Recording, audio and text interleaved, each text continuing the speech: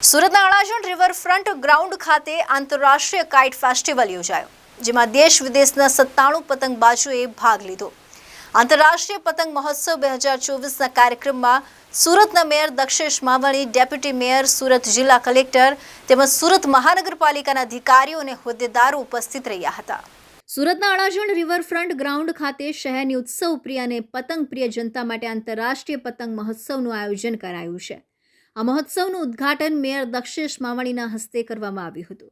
ગુજરાત પ્રવાસન નિગમ લિમિટેડ અને જિલ્લા વહીવટી તંત્ર તેમજ મહાનગરપાલિકાના સંયુક્ત ઉપક્રમે યોજાયેલા પતંગ મહોત્સવમાં આંતરરાષ્ટ્રીય કક્ષાના 37, મહારાષ્ટ્ર, દિલ્હી અને કર્ણાટકના 14 તથા ગુજરાતના સુરતના 39, નવસારીના 1 અને વડોદરાના 5 અને ભરૂચના 1 મળી કુલ 97 પતંગબાજોએ ભાગ લીધો હતો।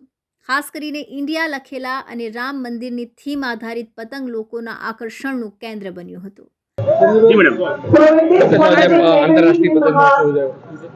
ભારતના માનનીય વડાપ્રધાન શ્રી જ્યારે ગુજરાતના મુખ્યમંત્રી શ્રી હતા ત્યારથી આંતરરાષ્ટ્રીય પતંગ મહોત્સવની ઉજવણી ગુજરાતમાં કરવાનું ચાલુ થયું હતું અને ત્યાર પછી દર વર્ષે આંતરરાષ્ટ્રીય પતંગ મહોત્સવનું આયોજન કરવામાં આવે છે।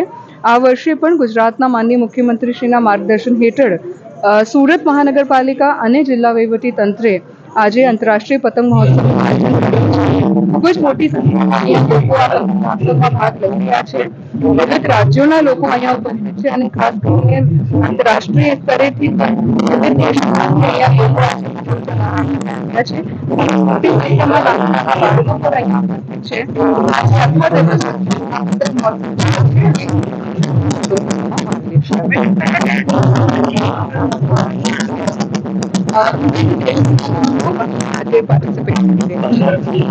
ગુજરાત પ્રવાસ નિગમ, સુરત મહાનગરપાલિકા અને જિલ્લા વહીવટી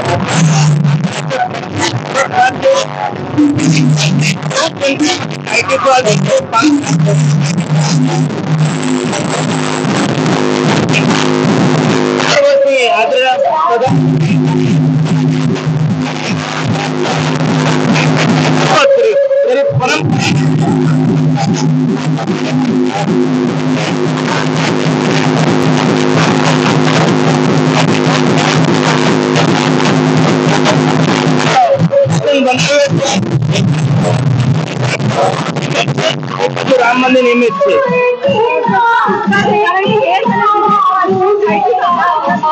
સુરતનો માંજો અને રાંદેરના પતંગ ખૂબ જ વખાણ છે અને દેશમાંથી માંજો જાય છે અને પતંગ પણ અહીંયાથી જાય છે।